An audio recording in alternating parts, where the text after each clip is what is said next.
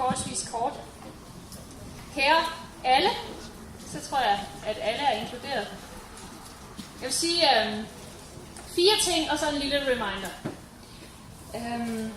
Jeg mener faktisk, at vi lige nu står midt i et af de mest innovative uddannelsesmiljøer, der findes i Danmark.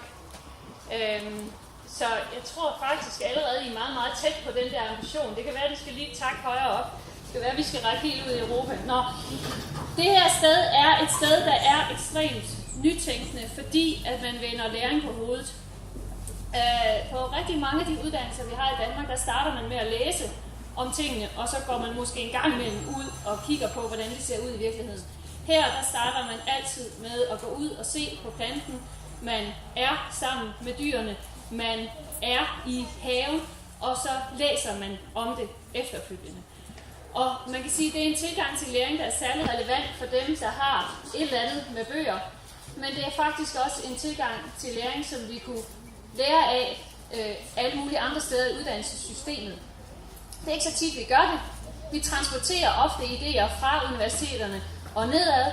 Her tror jeg faktisk, at vi har et eksempel på noget, der burde eksporteres opad i systemet. Fordi den her måde at lære på, som det her sted repræsenterer, er relevant faktisk for alle unge mennesker i Danmark. Og beskæftigelsesgraden på omkring 95% taler virkelig sit eget sprog, også i den forbindelse. Så vil jeg også sige, at det her sted er et meget nytænkende sted.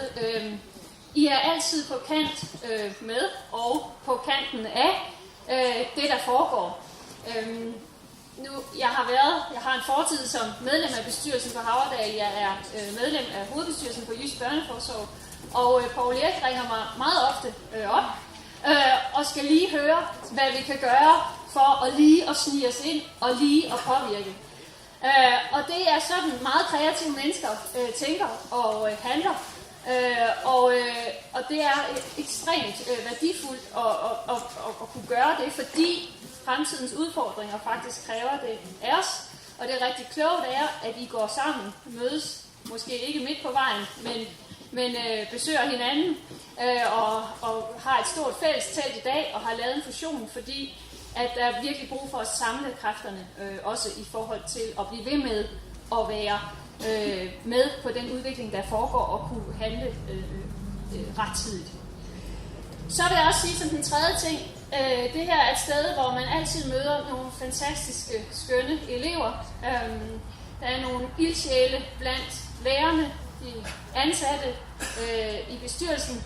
Man bliver altid budt velkommen. Jeg har nu aldrig fået lov at se svinesæden, men jeg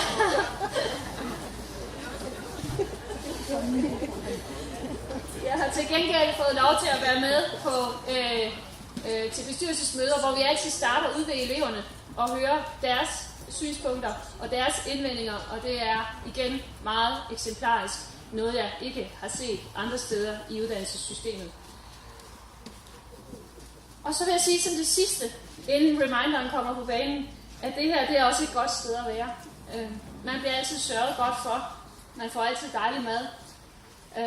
Jeg har lært, og det havde jeg måske også lært inden, men jeg husker det altid, når jeg kører igennem Havredal, så tænker jeg altid, nu skal jeg huske at stille skoene, inden jeg går ind og får frokost.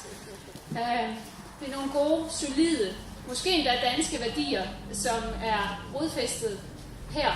Og det tror jeg er meget, meget vigtigt, at man holder fast i. Fordi uddannelse er jo ikke bare et spørgsmål om viden, det er også et spørgsmål om at finde ud af at være.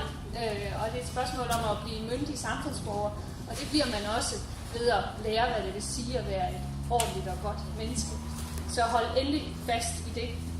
Og så den lille reminder. En fusion eller et ægteskab, det er jo altid en kompliceret ting, eller det kan det hurtigt udvikle sig til. I dag kan man jo med et enkelt klik få en skilsmisse på nettet. Det koster vist kun 900 kroner. Jeg har ikke tjekket det.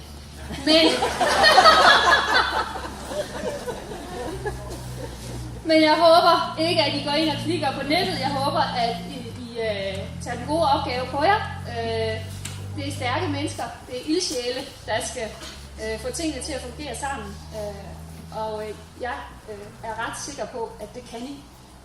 hvis bare I vil, og hvis bare I kommer, som det I er. Så det var det, jeg vil sige i dag.